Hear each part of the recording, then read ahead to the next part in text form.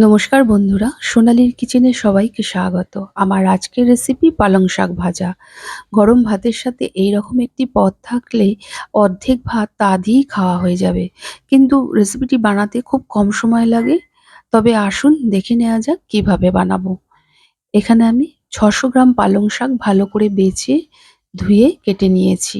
আর এখানে একটা ছোট সাইজের বেগুন ডুমো ডুমো করে কেটে লবণ, হলুদ আর সামান্য একটু চিনি মাখিয়ে রেখেছি।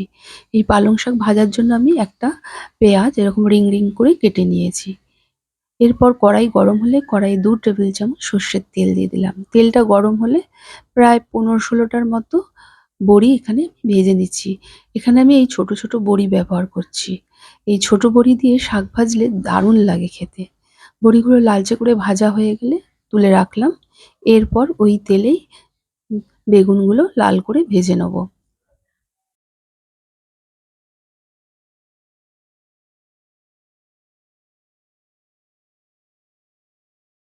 বেগুনগুলো লাল করে ভাজা হয়ে গেছে। এবার এগুলোকে একটি পাত্রে তুলে নেব। এরপর কড়াইয়ে ২ টেবিল চামচ সর্ষের তেল দিয়ে দিলাম। তেলটা গরম হলে হাফ চা চামচ গোটা জিরে আর ২টো কাঁচা লঙ্কা চিড়ে ফোড়ন দিলাম। ফোড়ন থেকে একটা সুন্দর গন্ধ বেরালে যে পেঁয়াজটা রিং করে কেটে রেখেছি সেই পেঁয়াজগুলো দিয়ে দেবো। পালং শাক ভাজার সময় আমি সবসময় এরকম রিং করে পেঁয়াজ কেটে দিই। তার মানে এই না যে লম্বা করে কাটা যাবে না। আপনারা ইচ্ছা করলে এরকম একটু একটু মোটা করে লম্বা লম্বা করে কেটে নিতে পারেন।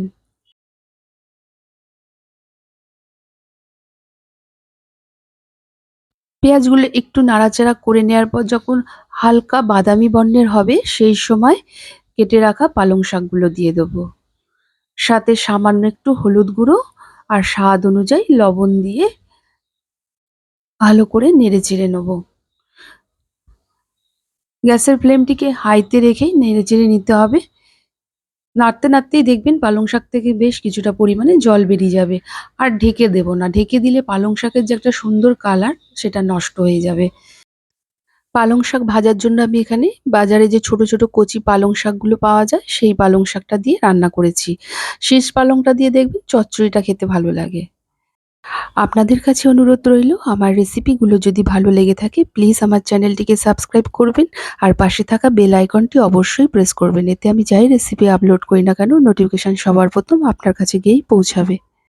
কিছুক্ষণ পর আপনাদের দেখাচ্ছি, দেখুন পালং শাক থেকে অনেকটাই জল বেরিয়েছে। এবার গ্যাসের ফ্লেমটিকে হাইতে রেখেই জলটাকে শুকিয়ে নিতে হবে। কিছুক্ষণ পর ফিরে এলাম, দেখুন জলটা প্রায় শুকিয়ে এসছে।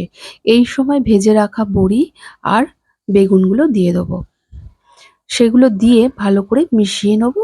তারপর একটু নেড়ে চেড়ে স্বাদের ব্যালেন্সের জন্য সামান্য একটু চিনি দিয়ে দেবো। চিনিটা দিয়ে আবারও ২-৩ মিনিট নেড়ে চেড়ে নেব। যখন শাক ভাজার থেকে তেলটা বেরিয়ে আসবে সেই সময় গ্যাসের ফ্লেমটিকে অফ করে দেবো। বাড়িতে আপনারাও এইভাবে বানিয়ে ট্রাই করবেন।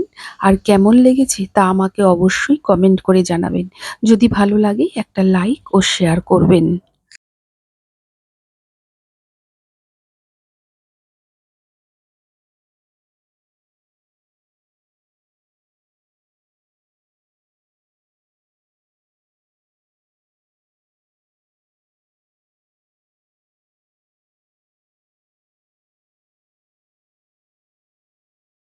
প্রথম পাতে গরম ভাতের সাথে এইরকম একটি পদ থাকলে এই এক পদ দিয়েই অর্ধেক ভাত খাওয়া হয়ে যাবে। যাই হোক, আজকের মতো এতটুকু। আবার হাজির হয়ে যাব নতুন কোনো রেসিপির সাথে।